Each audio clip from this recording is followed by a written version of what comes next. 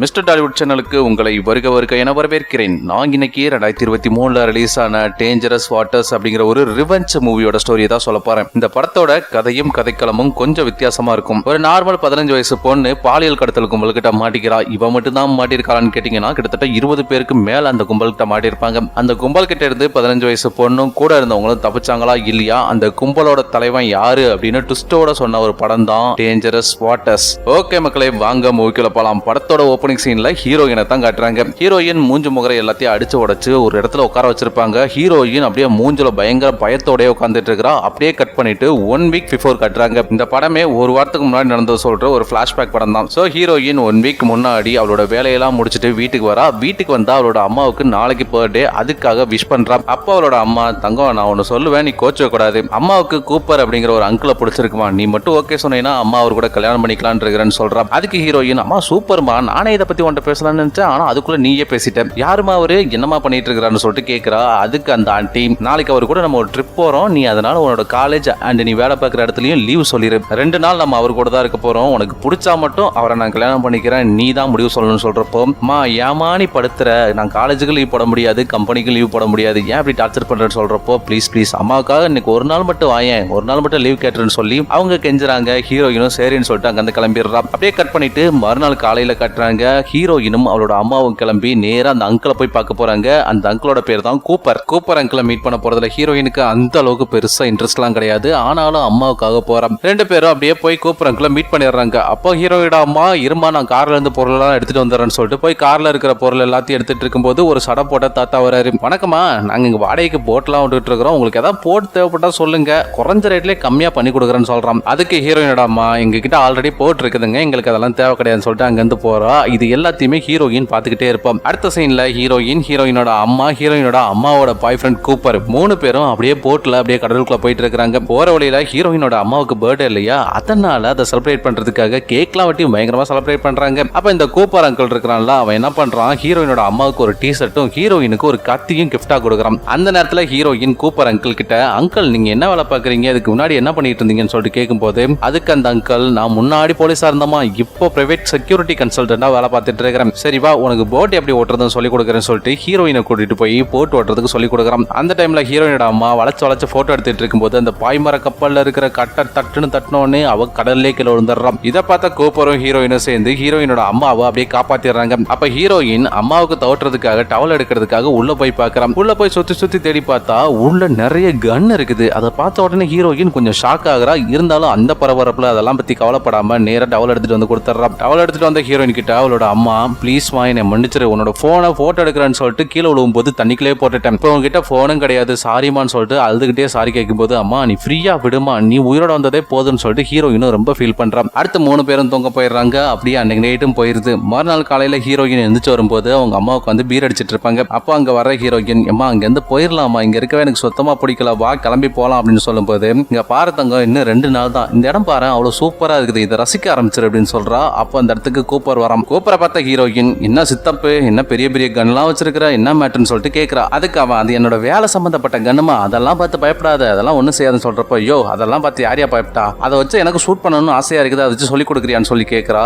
இவனும் சரின்னு சொல்லிட்டு அவளுக்கு டீச் பண்றான். ஹீரோயின் கற்பூரம் மாதிரி இவன் சொல்லி கொடுத்த அடுத்த நிமிஷம் படக்குன்னு பத்திக்கிட்டு டம்மு ஷூட் பண்றான். இதை பார்த்தா அவன், ஏமா நீ ஷூட் பண்றத பார்த்தா ஃபர்ஸ்ட் டைம் ஷூட் பண்ற மாதிரியே தெரியலையே, முன்ன பின்ன நீ கண்ணு யூஸ் பண்ணிருக்கியா என்ன அப்படின்னு சொல்லிட்டு ஆச்சரியத்தோட கேட்கும்போது, ஹீரோயினோட அம்மா, ஆமா அவங்க அப்பா மிலிட்டரியில இருந்தார் இல்லையா, அந்த மனுஷன் தான் ஒரே ஒரு பொம்பளை புள்ள பயந்துடக்கூடாதுன்னு சொல்லிட்டு இவளுக்கு சண்டை போடுறது, கன் யூஸ் பண்றது, கத்தி எப்படி யூஸ் பண்றதுன்னு எல்லாத்தையும் சொல்லி கொடுத்துருக்காரு. இவள அவங்க அப்பா ஆசைப்படி ஆம்பளை பையனாத்தான் வளர்ந்தா, அதனால இவளை பத்தி எல்லாம் எனக்கு கவலையே கிடையாதுன்னு தைரியமா சொல்றாங்க. இது எல்லாத்தையும் பேசி முடிச்சுட்டு 3 பேரும் தண்ணியா போடுறாங்க. இதுல ஹீரோயின் போதை தலைக்கு ஏறி போய் நல்லா தூங்கிடுறான். தூங்கி எந்திரிக்கும் போது நைட் ஆகிருது. ஹீரோயினோட அம்மாவும் அந்த சித்தப்பனும் சேர்ந்து ஏதோ கஜாஜா பண்ணிட்டு இருப்பாங்க போல. அந்த சவுண்டை கேட்டுட்டு இரிட்டேட் ஆகி அப்படி வெளியே போய் எட்டி பாக்குறா. அப்போ ஒரு போட்டு வேகமா வந்து இவங்களோட போட் மேல மோதிருது. இந்த வேகமா போட்ல வந்து மோதினானுங்கல்ல, அவனுக்கு வேற யாரும் கிடையாது, கொஞ்ச நேரத்துக்கு முன்னாடி ஹீரோயினோட அம்மா கிட்ட போட் வேணுமான்னு கேட்டானுங்கல்ல, அவனுங்களே தான். உடம்பி தாத்தா ஆளை பார்த்தா டம்மி பீஸா இருக்கிறான், ஆனா கொடூரமான கேங்ஸ்டரா இருப்பான் போல. போட்டோ அடிச்சு ஆக்சிடென்ட் பண்ணவன் நேரா போட்டுக்கு வந்து ஹீரோயினோட அம்மாவை ஷூட் பண்ணி கொலை பண்ணிட்டு ஹீரோயினோட சித்தப்ப நம்ம கூப்பரையும் கையிலேயே ஷூட் பண்ணி கடலுக்குள்ள தள்ளி விட்டுட்டு அந்த போட்ல வேற யாராச்சும் இருக்கிறாங்களான்னு சொல்லிட்டு செக் பண்ணி பாக்குறாங்க. ஹீரோயின் இவங்க வந்ததை பார்த்ததுல இருந்தே ஒரு கன் எடுத்துக்கிட்டு அப்படியே ஓரமா போய் ஒளிஞ்சுக்கிறா. குடிமிக்காரன் கூட வந்த மொட்டத்தலையா அந்த போட் முழுக்க தேடி பாக்குறான். போட்ல வேற யாருமே இல்லைன்னு தெரிஞ்சதுக்கு அப்புறமா அங்க இருந்த பணத்தை எல்லாத்தையும் எடுத்துக்கிட்டு போறதுக்கு முன்னாடி போட்டை கொளுத்தி விட்டு போயிடுறாங்க. அப்புறம் என்ன ஆகுதுன்னா ஹீரோயின் அங்க இருந்த தீ எல்லாத்தையும் அணைச்சிட்டு மேல போயிட்டு தீ அணைக்கிறதுக்காக பார்க்கும்போது ஹீரோயினோட அம்மா செத்து கிடக்கிறத பார்த்துட்டு ரொம்ப ஃபீல் பண்ணி அழறாம். அழுது முடிச்சுட்டு அங்க இருக்கிற தீ எல்லாத்தையும் அணைச்சு முடிக்கிறான். மறுநாள் காலையிலயும் ஆகிடுது. காலையில ஹீரோயின் நடுக்கடல்ல வந்து இப்படி மாட்டிக்கிட்டேன்னு சொல்லி யோசிச்சுட்டு இருக்கும்போது வெளியில ஏதோ சவுண்ட் கேக்குது. என்னடா சவுண்ட்னு சொல்லிட்டு வேகமா ஓடி போய் பார்த்தா நம்ம ஹீரோயினோட சித்தப்பன் கூப்பர் தான் கடல்ல அப்படியே மிதந்துட்டு இருக்கிறான். ஆள் செத்துட்டானா இல்ல உயிரோட இருக்கான்னு தெரியாத ஹீரோயின் யோ சித்தப்பே உயிரோட தான் இருக்கியான்னு சொல்லிட்டு திரும்பி கேட்கிறான். அவனும் ஒரு சவுண்ட் விட்டதும் இமிடியேட்டா கயிறை போட்டு அவனை அப்படியே மேல தூக்கிட்டு வர்றான். மேல வந்து கூப்பருக்கு ஃபர்ஸ்ட் எல்லாம் பண்ணி அவனை பத்திரமா படுக்க வச்சுட்டு அங்க இருந்து வாக்கி டாக்கி எடுத்துட்டு வந்து ஐயோ இது எதுவுமே வேலை செய்ய மாட்டேங்குது எப்படியா இங்க தப்பிச்சு போறதுன்னு சொல்லிட்டு கேட்க அதெல்லாம் ஒண்ணும் வேலை செய்யாது நம்ம யாரையும் கான்டாக்டும் பண்ண முடியாது காத்தடிக்கிற பக்கம் அப்படியே போக வேண்டியதான் நீ என்ன பண்ணு அந்த யாட்டோட பாய் மரத்தை அப்படியே நார்த் ஈஸ்ட் சைட்ல திருப்பி வச்சிரு அது பாட்டில நம்மள கரைக்கு தள்ளிட்டு போயிடும் நம்ம பாட்டில 2 நாள் அப்படியே ரெஸ்ட் எடுக்க வேண்டியதான்னு சொல்றோம். இவன் சொன்ன வேலை எல்லாத்தையும் முடிச்ச ஹீரோயின் நேரா கேபினுக்கு போறா. கேபின்ல போயிட்டு இவனோட திங்ஸ் எல்லாத்தையும் செக் பண்ணி பார்த்துட்டு இருக்கா. அதுல ஒரு போட்டோ இருக்கும். அந்த போட்டோல யார் இருக்கான்னு பாருங்க. நேற்று நைட் வந்தானுங்கல்ல மொட்டையனும் இன்னொரு குடிமையும் அதுல மொட்டையும் கூட தான் இந்த கூப்பரும் சேர்ந்து போட்டோ எடுத்து இருப்பான். இதை பார்த்து பயந்து போற ஹீரோயின் அவளோட சித்தப்பனை நல்லா கயிறை வச்சு கட்டி போட்டுட்டு அப்படியே கேபினுக்கு போயிட்டு திரும்பி வந்து பாக்குறா. அதுக்குள்ள அவனை ஆளக்கானும். ஐயோ எங்கடா போய் தொலைஞ்சான்னு சொல்லிட்டு திரும்ப கேபின் போய் பார்த்தா இவன் பாத்ரூம்ல இருந்து வெளியே வருவான். அப்போ ஹீரோயினை பார்த்த சித்தப்பு என்ன தங்கம் எதுக்கு சித்தப்பா இப்படி எல்லாம் கயிறை வச்சு கட்டி வச்சா என்ன விஷயம்னு சொல்லிட்டு கேட்கறான். உடனே ஹீரோயின் யோ சித்தப்பு உனக்கு அந்த மொட்டை மண்டையனுக்கு என்ன சம்பந்தம் நீ 2 பேரும் போட்டோ வேற எடுத்துருக்கீங்க யார் நீங்க அப்படின்னு சொல்லிட்டு கேட்க அதுவா அது வந்து நாங்கெல்லாம் ஒரே இடத்துல தான் வேலை செஞ்சோம் இப்போ அவனுக்கு கொடூரமான கொள்ளக்காரங்களா மாட்டானுங்க நான் செக்யூரிட்டி ஏஜென்டா வேலை பார்த்துட்டு இருக்கிறேன் அவ்வளவுதான் அப்படின்னு சொல்லிட்டு சிம்பிளா முடிச்சிடறான். அப்படியே நைட் ஆகுது. நம்ம கூப்பர் சித்தப்பா நல்லா தூங்குறாரு. ஹீரோயின் மேல உட்காந்துட்டு அப்படியே வேடிக்கை பார்த்துட்டு வந்துட்டு இருக்கிறான். ஒரு நாள் தூங்கி எந்திரிச்ச சித்தப்பு என்ன தங்கம் நான் உங்க அம்மாளுக்கு கிஃப்டா கொடுத்த செயின் எல்லாம் போட்டிருக்கிறேன் என்ன கதைன்னு சொல்லிட்டு கேட்கும்போது அடே சித்தப்பா இது எங்க அப்பா இருக்கிற காலத்துல இருந்தே எங்க அம்மா போட்டுக்கிட்டு இருக்காங்கடான்னு சொல்றா. ஆனா அவன் அதான் சொல்றேன்ல உங்க அம்மாவை நான் பலகாலமா லவ் பண்ணிட்டு இருக்கிறேன் உங்க அப்பா செத்தே ஒரு 4 வருஷமா என்ன வேண்டான்னு தான் சொல்லிட்டு இருந்தா கடைசியா இப்பதான் சான்ஸ் கொடுத்தா அதுக்குள்ள போய் சேர்ந்துட்டா மவராசின்னு சொல்லிட்டு சரி இது உனக்கு சூப்பரா இருக்குது நீயே போட்டுக்கணும் சொல்றான். அப்படியே கட் பண்ணிட்டு போட் அப்படியே கடல்ல போயிட்டு இருக்கிறத காட்டுறாங்க. அப்போ ஹீரோயின் கேபின்ல இருந்து வந்து எட்டி பாக்குறா. தூரத்துல ஒரு ஐலாண்ட் தெரியுது. இம்மீடியட்டா போட்டோட டைரக்ஷனை மாத்திர ஹீரோயின் நேரா அந்த ஐலாண்டுக்கு போறா. போயிட்டே இருக்கும்போது ஐலாண்டுக்கு பக்கத்துல போட் போயிரும். உடனே என்ன பண்றாங்க ஒரு லைஃப் போட்ல 2 பேரும் மாறிட்டு அப்படியே துடுப்பு போட்டுக்கிட்டே 2 பேரும் போயிட்டு இருக்கும்போது துடுப்பு 2ஆ உடைஞ்சு உள்ள விழுந்துருது. கடலுக்குள்ள விழுந்து துடுப்பு எடுக்கிறதுக்காக ஹீரோயின் அப்படியே கை வைக்கும் போது ஹீரோயின் தெரியாம கடலுக்குள்ள விழுந்துடுறான். அவளுக்கு வேற நீச்சல் தெரியாதா. அம்மனி உள்ள முங்குறத பார்த்த சித்தப்பு இமிடியேட்டா போய் காப்பாத்தி கரைக்கு தூக்கிட்டு வந்து சிபிஆர் எல்லாம் பண்ணி காப்பாத்திடுறாரு. அடுத்து மயக்கத்துல இருந்து எந்திரிச்ச ஹீரோயின் சித்தப்பு அப்படியே அந்த காட்டை சுத்தி பார்க்கறாங்க. அது ஒரு காடு வேற மனுஷங்களை யாருமே கிடையாது. அதனால வெறுத்து போனவங்க என்னடா பண்றதுன்னு யோசிக்கிறதுக்குள்ள சாயங்காலம் ஆகிருது. சரி நைட் இங்கே ஸ்டே பண்ணிட்டு காலையில அப்படியே போட்டோ எடுத்துட்டு இங்க வந்து கிளம்பிடலாம்னு சொல்லிட்டு நைட் அங்கே ஸ்டே பண்றாங்க. அப்ப ஹீரோயின் சித்தப்பா கிட்ட யோ சித்தப்பா